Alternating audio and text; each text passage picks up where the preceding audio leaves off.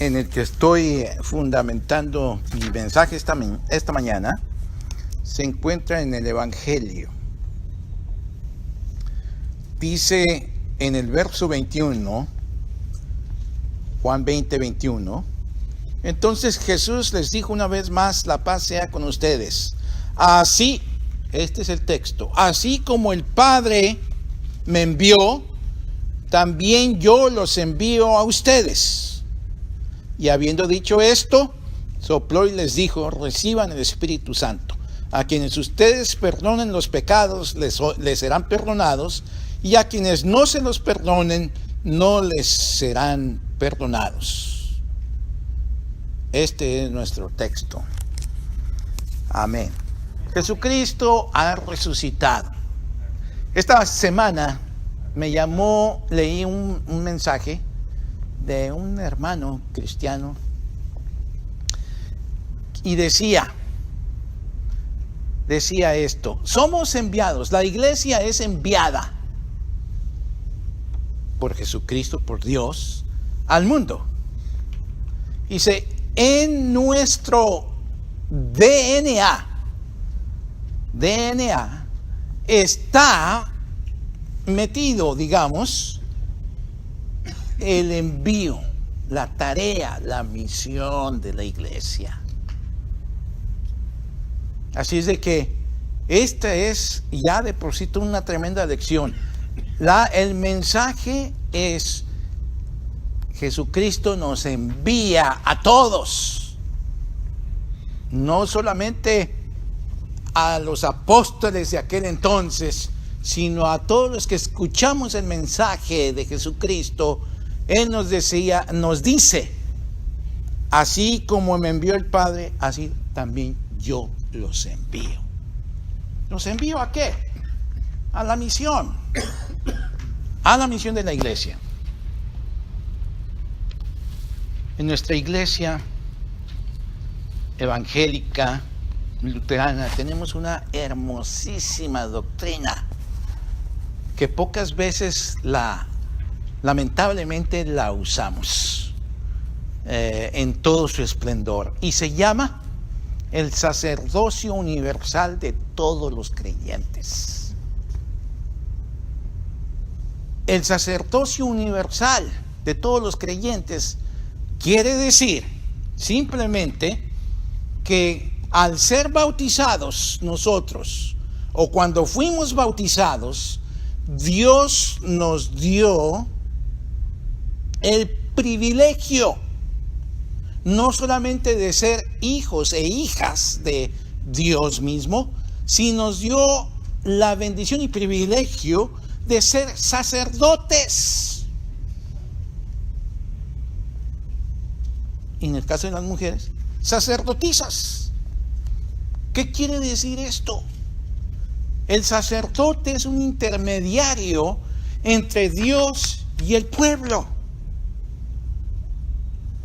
Cuando Jesucristo murió, dice el Evangelio, que el velo del templo que dividía la sección del pueblo, de los feligreses, de la sección de los, de los sacerdotes, se eliminó, simbolizando que todos ahora tenemos acceso a Dios sin necesidad de tener a un sacerdote, a contratar a un sacerdote para que él vaya e interceda por cada uno de nosotros.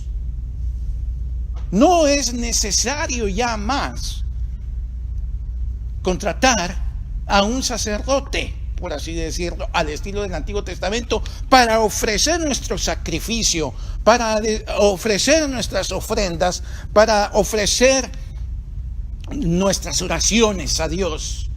Ya no necesitamos de un sacerdote. ¿Por qué? Porque cada uno de nosotros somos ya sacerdotes. En Primera de Pedro, capítulo 1, dice que Dios nos hizo sacerdotes para anunciar las cosas grandes que Dios nos ha dado a nosotros. Y aquí también tenemos el DNA descifrado, el DNA de la iglesia. Cuando Jesús sopló, les dijo a sus discípulos: a ustedes reciban el Espíritu Santo. A quienes, en esto consiste la misión, a quienes ustedes perdonen los pecados, les serán perdonados. Y a quienes no se los perdonen, no les serán perdonados. Como sacerdotes y sacerdotisas, nosotros somos portadores del Evangelio a la gente y tenemos la autoridad dada por Jesucristo mismo, el Señor de la iglesia, de decirle a la gente: te perdono tus pecados. O también decirle: porque no te arrepientes, porque no crees, no te puedo perdonar los pecados. Esta doctrina del sacerdocio universal de todos los creyentes la vemos expresada en una manera más observable o desplegable cuando, por ejemplo, en una congregación se queda sin liderazgo pastoral. El pastor en sí no es la iglesia. La iglesia son todos, somos todos. Entonces, si no hay pastor, el pastor que predique, que administre los sacramentos, bueno, eso no quiere decir que no hay iglesia. Porque la iglesia es cada uno de nosotros. Desde que Jesucristo, Dios nos bautizó, somos hechos hijos de Dios y hemos recibido el Espíritu Santo, ese que sopló Jesucristo con la acción de soplar sobre los apóstoles. Amén. Dijo: reciban el Espíritu Santo. Y ese mismo Espíritu Santo es el que recibimos en las aguas bautismales. Y pasamos a ser, por el privilegio que Dios nos ha dado, sacerdotes. No necesitamos ya más sacerdotes, somos nosotros. Nuestro sumo sacerdote es el Señor Jesucristo. No tenemos a otro. Y porque Él nos dice: yo los envío a ustedes, vamos nosotros. En la iglesia está el DNA de la misión. Hermanos, entonces decía yo que no es necesario el pastor para que haya iglesia, porque cada uno de nosotros somos iglesia. Y decía que en términos más visibles, más observables, es cuando una congregación deja de tener a un pastor porque aceptó un llamado a otro lugar, o porque se enfermó y ya no puede continuar su función de pastor, o porque cualquier otro motivo. El caso es de que se quedan sin pastor. ¿Qué es lo que pasa? ¿Dejará de existir la iglesia? Oh, no. Entonces es que se levantan ustedes a ejercer los dones que Dios les ha dado. Si es el don de ser un anciano, que se pare aquí a compartir la palabra de Dios, a expresar sus enseñanzas que Dios le da en la palabra de Dios, y a participar los demás con cantos, con sus propios talentos. Yo quiero que mi congregación no desaparezca, sino que con mi trabajo, con los dones que Dios me ha dado, quiero ayudar. Y la iglesia sobrevive. Y entonces el Señor Jesucristo nos ha dicho a todos: a quienes ustedes perdonen los pecados, les serán perdonados. Pero también a quienes no se los perdonen, no les serán perdonados. Esa es la misión en sí de la iglesia. Llevar claro el mensaje de Jesucristo como el Señor y decirles que se arrepientan. Si se arrepienten, decirles: yo te perdono en el nombre del Padre, del Hijo y del Espíritu Santo. Y a quienes no se arrepienten, simplemente decirles: no te puedo perdonar. Delante de Dios tiene su juicio y su castigo. Todos tenemos esa misión. ¿Qué misión podemos expresar a nuestra gente? Se los voy a decir con la ilustración de un sacerdote hace muchos años. Simplemente les dijo a su congregación: vengan esta noche. Vengan esta noche, cuando no había luz todavía. Y entonces van a ver lo que lo que es el objetivo cuando estén aquí, el propósito cuando nos reunamos. Y llegó, la gente llegó.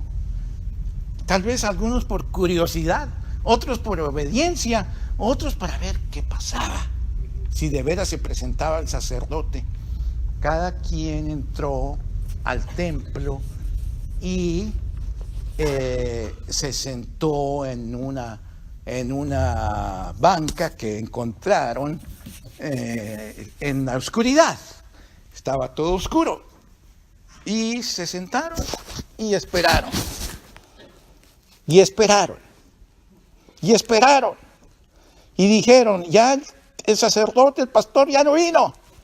Cuando de pronto escuchan que entra el sacerdote al templo por atrás y se viene caminando por todo el pasillo del medio hasta llegar a la cruz en el altar. Y lo único que él también a tientas tomó fueron los fósforos, porque no había linternas en aquel entonces, ¿sí? Prendió un fósforo y fue a la cruz donde había un crucifijo y se lo colocó en los pies del Señor Jesucristo para que todos lo vieran, los pies clavados, sin decir nada. Después él le fue subiendo hasta que llegó al costado, que había sido perforado una vez que había muerto el Señor Jesucristo, para que se confirmara que estaba muerto. El soldado confirmara que ya estaba muerto. Y entonces lo dejó, la luz encendida, para que todos lo vieran. Y claro, todos estaban viendo la luz y el objetivo. Y después pasó al brazo derecho, donde estaba el clavo en la mano derecha del Señor Jesucristo, a iluminarla. Y después de un ratito lo pasó a la otra mano.